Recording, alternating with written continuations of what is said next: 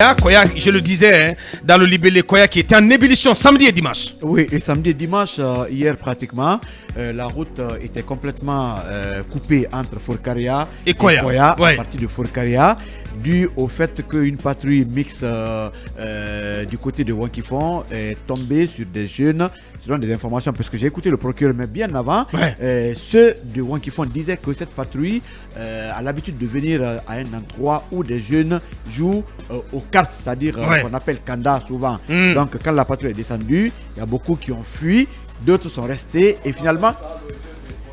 Oui, d'accord. Bon, je le disais pour faire comprendre nos auditeurs. Bien, bien.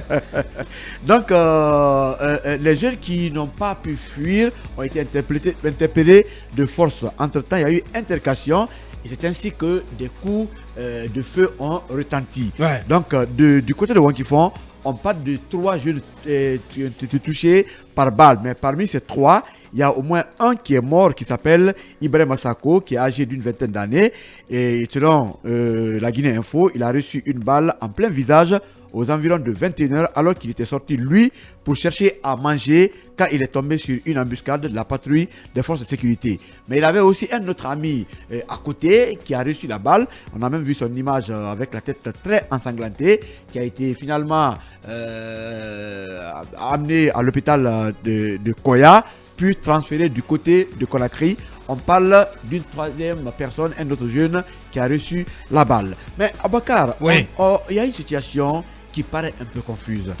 C'est l'intervention des patrouilles qu'on appelle mixtes. Puisque j'ai entendu le procureur parler de... Nous allons l'appeler dans un instant, le procureur par intérim, procureur de la République par intérim auprès le TPI de Koya, qui a donné des explications, qui a livré des explications sur les circonstances du décès du jeune Ibrahim Sako, des explications qui démontrent que ce cas de mort n'a rien à voir avec une quelconque réclamation du courant électrique dans la zone. Il n'y a pas de réclamation de courant, il y a 2 versions, puisque moi, c'est avec le procureur que j'ai appris que cette patrouille était allée contre des trafiquants de drogue. Comme on dit, des consommateurs, des distributeurs de chambres indiens. Mais à Wankifon, ce n'est pas la version. À Wankifon, on dit que... Quelle est la version qui circule?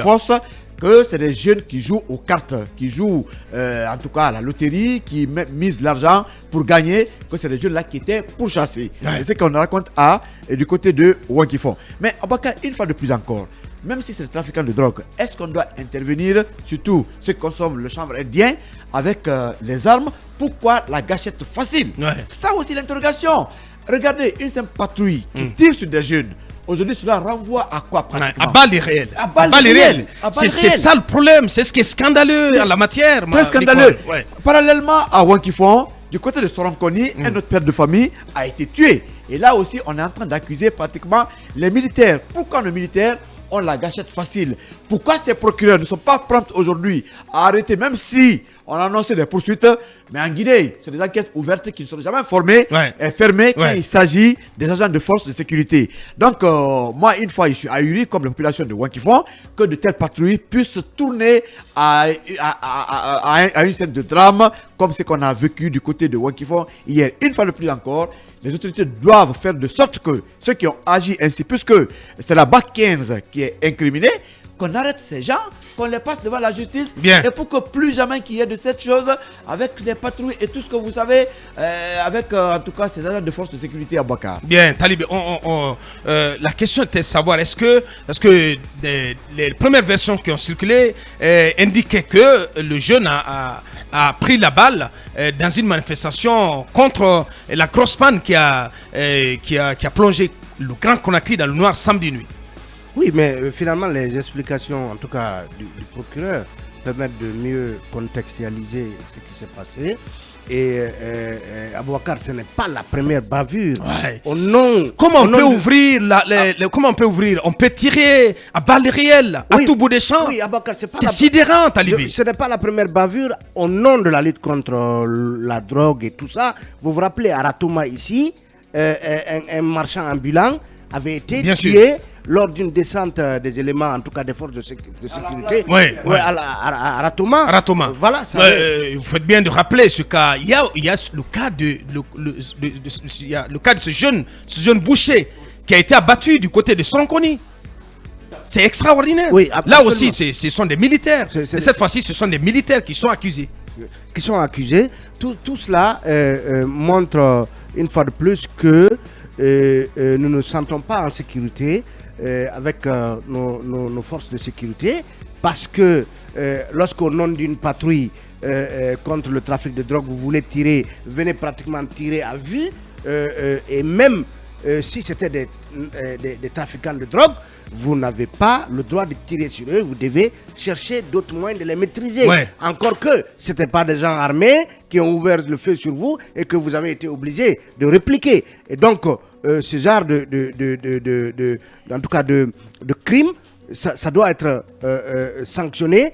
Comme Lincoln l'a dit, il faut arrêter tout ce qui était de cette patrouille. Ouais. Il faut des investigations poussées, parce que autrement on penserait qu'ils ont une sorte de carte blanche au nom de la lutte contre la drogue, alors qu'à Bakar, la drogue dure et tout ce qui s'ensuit, on sait par où ça passe. Bien. On vient d'entendre ce procureur par intérim. Est-ce qu'il vous a convaincu? Non, pas du tout.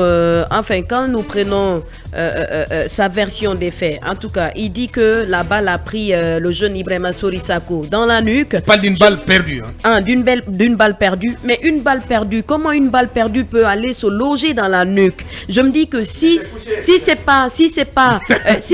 la victime n'était pas dans une position où il était étalé ou allongé, je me dis que c'est pas aussi possible que cela soit ainsi. Ouais. En tout cas, donc la balle ne peut pas descendre de manière verticale. Non, il y a l'autre version qui dit que c'est un plein visage. Je me dis aussi que si c'est pas un tir cadré, face à face là, ça peut pas te prendre en plein visage. Mais il est totalement opposé à la thèse qui voudrait dire que ces gens-là, ces forces de sécurité, ces éléments de la BAC ont ouvert le feu sur les jeunes qui étaient soupçonnés de détenir du chanvre indien. Il parle de tir de sommation parce que selon lui, en tout cas dans sa note, il y a eu quand même des rumeurs qui ont été propagées dans l'intention de freiner la patrouille dirigée par les forces de sécurité, et que c'est pour justement faire face à cela que les agents des forces de sécurité étaient obligés de faire des tirs de sommation. Je pense que c'est assez léger tout ce qui se passe. Il faut quand même faire des enquêtes, mais en tout cas il faut aller plus loin. Mais dans le cas précis de la Guinée, vous savez, quand nous parlons d'enquête, ça n'aboutit jamais, et c'est vraiment très dommage pour ceux qui perdent leur vie. Dès après aujourd'hui, voilà, ça devient un fait divers. Oui, ça sera rangé dans les tiroirs. Voilà, on n'en saura plus rien. Allez-y, Manu. Très très malheureusement, on risque de ne pas en savoir davantage après aujourd'hui. Mais moi aussi, je reste sur ma faim par rapport à la version de monsieur le procureur, par rapport à cette balle perdue qui s'est logée dans la nuque d'un individu. Et de l'autre côté, vous avez d'autres versions. Vous avez d'autres versions de manger. Oui, peut-être que quand il mangeait, la nuque, entre-temps, a pris une position verticale. C'est quand même bizarre qu'une balle qui vient d'en haut, parce qu'une balle perdue, c'est ça monte, ça descend.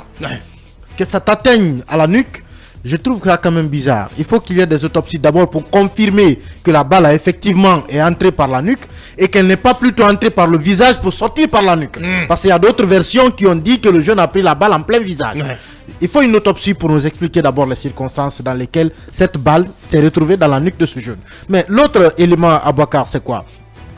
Même si vous avez affaire à des jeunes qui vous empêchent de sortir, vous avez arrêté des présumés trafiquants de drogue, vous êtes sûr de ce que vous avez fait, vous n'êtes pas obligé de tirer. Parce que dans les pays où en tout cas la formation des forces de défense et de sécurité est assez poussée, même en temps de guerre, le civil, vous le protégez. Vous ne voulez pas le feu pour qu'il vous laisse passer, vous le protégez. Mais que vous ouvrez le feu parce que tout simplement des gens vous empêchent de passer, j'ai dit que quand il y a des barricades et que vous ne pouvez pas passer, la solution la plus mineure, c'est le gaz lacrymogène. Ce n'est pas la balle, ce n'est pas l'arme. On ne peut pas dire que parce que des gens ont barré le chemin, ont empêché de passer, donc on va ouvrir le feu. Mais chaque fois qu'on va barrer une route, vous allez ouvrir le feu, mais vous allez faire des victimes tout le temps. Et l'autre élément, c'est quoi? Même si le procureur nous dit qu'ils ont reçu un coup de fil pour leur dire qu'il y a des jeunes qui s'est livrés à du commerce de chanvre. Mais c'est un renseignement qu'est-ce que vous en faites? Est-ce que vous n'avez pas la possibilité d'infiltration? Est-ce que vous n'avez pas la possibilité de prévoir des interventions à des heures où vous ferez le moins de victimes possible? Mais comment est-ce qu'on vous appelle d'un seul coup, vous décidez d'intervenir, vous n'avez peut-être pas encore fait la connaissance des lieux, l'étude des lieux, pendant que la zone est encore habitée, vous décidez d'intervenir. Moi je pense que même si on vous dit qu'il y a un flagrant délit de trafic de drogue, vous avez la possibilité d'infiltrer les lieux, de faire des enquêtes, de trouver le moment propice pour frapper, pour arrêter en ayant le moins de victimes collatérales. Là, il y a un jeune qui est mort, on nous a parlé d'autres victimes. Malheureusement, on risque, comme je l'ai dit tantôt, très clairement, il y a une bavure policière. C'est une bavure de trop. Une bavure de trop. Il va falloir qu'on fasse la lumière là-dessus. Bien. Oui, l'autre pan de cette actualité, Mamadouri, c'est le fait aussi que la mort de ce jeune, dans un premier temps, avait été liée à des manifestations suite à la grosse panne qui a affecté le réseau DDG samedi nuit. Vous en avez été affecté ou pas? Oui, c'est tout Conakry qui était affecté par ce déclenchement global.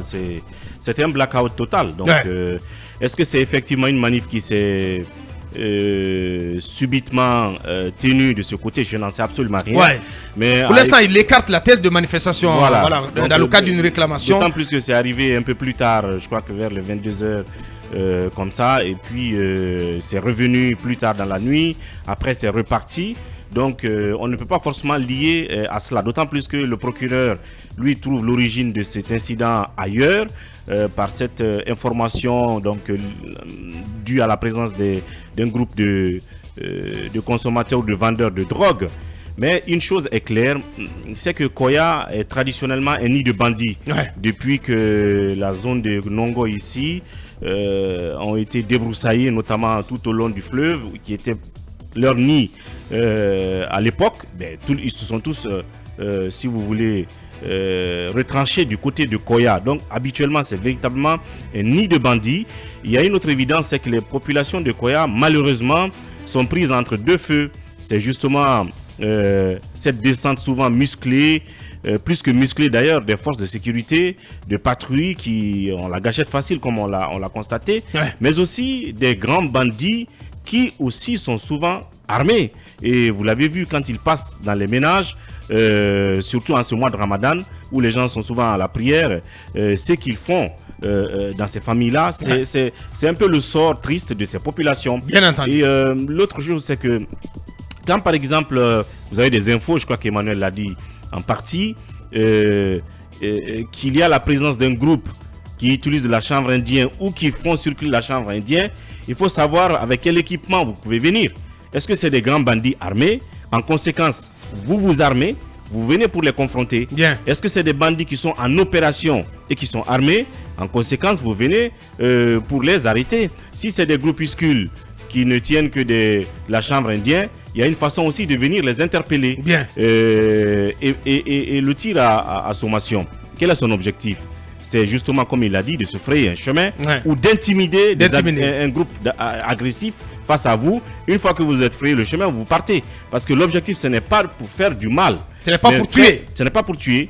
Sauf que malheureusement là, le tir à sommation a tué quelqu'un. Ça veut dire soit il a tiré pour tuer, sans savoir qui tuer, ou soit il ne s'est pas effectué un tir de sommation, ce qui serait alors une sorte de grosse faille dans notre arsenal de sécurité, pour que les gens ne savent pas comment faire un tir de sommation. Ce serait assez grave alors. Bien, Talibé, voilà, je parlais de lien qui avait été établi préalablement avec cette grosse panne et DG qui s'est fendu de deux communiqués au moins. Oui, ce communiqué parle d'un déclenchement occasionné par un défaut survenu au poste de Manéa. La ligne Matoto-Manéa a été indisponible. Ça laisse penser que cette coupure-là, ce blackout-là, n'a pas touché Koya. Parce que Koya, Manéa, avant le centre de Koya. C'est ça. Oui, ça mais on dit que ça a rendu indisponible la ligne Matoto-Manéa. Oui, mais qui voilà. Si c'est pas Manéa qui alimente Koya. Oui. Attention, non, on parle de la ligne Abakar. Quand on parle du poste de Manéa, et donc interrompant la ligne qui alimente Matoto-Manéa, ça laisse penser que c'est de Manéa vers avec Conakry. Ça c'est la première précision. Donc ce communiqué-là explique un peu comment tout cela s'est passé. Vous voyez les lignes de départ qui ont été affectées, le départ de Tombo, de Lansebouni, de Kiroti, de Kagbeleng, donc des quartiers comme Cameroun, Koléa, Nongo, Simbaya Gare, mais aussi Bailobaya, Sanoya et autres ont été touchés. On a tous été témoins de ça parce que c'est pratiquement l'heure à laquelle, en tout cas, beaucoup déjà se préparaient à rentrer se coucher. Et en ce mois de Ramadan, les gens sont souvent éveillés pour pouvoir prendre le petit déjeuner. Mais l'autre question à Aboubacar, le constat que je fais, le procureur, par rapport à la deuxième personne dont on dit qu'elle a été touchée par balle, le procureur parle d'une attaque armée, des gens armés qui ont voulu, en tout cas, ou qui ont retiré une moto à un monsieur. Ouais. Ça veut dire que pendant que en tout cas, pendant cette descente contre ces jeunes censés vendre du chanvre indien, en même temps, il y avait une opération armée. Ouais. C'est l'impression qu'on a. Alors, si vous venez prendre des jeunes qui vendent des chanvre indiens non armés et vous tirez sur eux, pendant que de l'autre côté, il y a une attaque à main armée, pourquoi vous ne vous en prenez pas aux bandits armés et peut-être en découdre avec ceux-là que de venir tirer des tirs de sommation qui restent encore à vérifier parce que cette thèse-là, elle paraît trop belle pour être acceptée tout de go. Ouais. Je pense que monsieur le procureur devra approfondir les enquêtes parce que ce genre de bavure, c'est inexplicable. C'est inexplicable tout simplement. Ouais. Voilà. Le procureur par intérim Almami Sekou Kamara appelé à mieux se pourvoir.